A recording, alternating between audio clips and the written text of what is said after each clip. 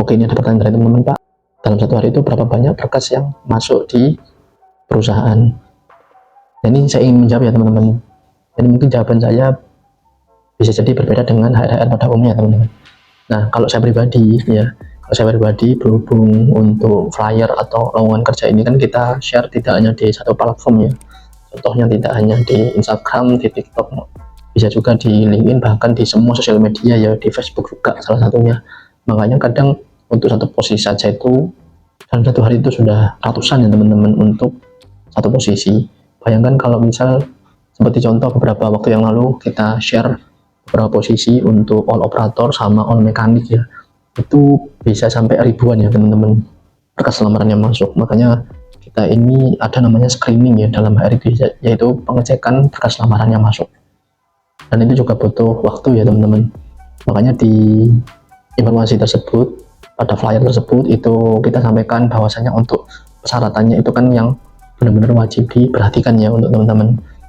Jadi jangan hanya melamar kerja ya ke banyak perusahaan tapi tidak melihat persyaratannya. Makanya sering saya sampaikan, tiap perusahaan itu punya standar tersendiri, punya syarat tersendiri. Nah, itu yang perlu kita perhatikan. Nah, di kita sendiri pun itu ratusan, setiap hari itu ratusan berkas yang masuk, dan kita pun sekian detik ya teman-teman untuk mengecek ya, oh ini kurang itu sekian detik. Makanya saran saya ketika melamar kerja itu sesuaikan dengan kualifikasi yang tertera. Contohnya untuk level mekanik, kalau memang perusahaannya mewajibkan untuk sertifikat PMC, ya berarti harus kita lengkapi. Kalau misal tidak ada, ya berarti tidak akan lolos administrasi. Nah, ini tiap perusahaan juga macam-macam. Ada yang mewajibkan sertifikat PMC, ada yang tidak mewajibkan. Jadi tergantung perusahaannya. Seperti contoh operator produksi alat berat. Ada perusahaan yang tidak mewajibkan ijazah minimal SMA, SMK, atau paket C. Ada juga yang mewajibkan minimal SMA, SMK, atau paket C. Nah, kalau misalnya teman-teman lulusan SMP melamar di perusahaan yang standarnya minimal SMA, ya tidak akan lolos. Seperti itu ya teman-teman. Jadi wajib diperhatikan kualifikasinya. Kalau misal dari perusahaannya mewajibkan melampirkan SIM-B2 umum, tiba-tiba teman-teman melamar namun tidak melampirkan SIM-B2 umum, ya tidak akan diproses. Seperti itu ya teman-teman. Makanya berkas yang kita terima setiap harinya itu memang ratusan, tapi untuk ngeceknya tuh kita butuh waktu singkat ya teman-teman. Oh ini kurang ini.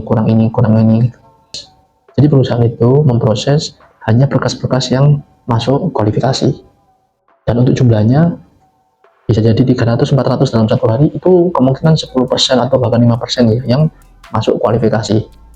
Jadi bayangkan teman-teman, 500 berkas lamaran, 5%-nya itu hanya 25 orang yang masuk kualifikasi. Itu pun belum kita cek lebih dalam lagi ya teman-teman.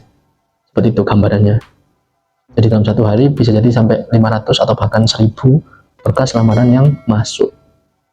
Untuk teman-teman yang saat ini sedang berjuang mencari kerja, mudah-mudahan dapat rezeki segera ya teman-teman ya, dan tetap semangat terus.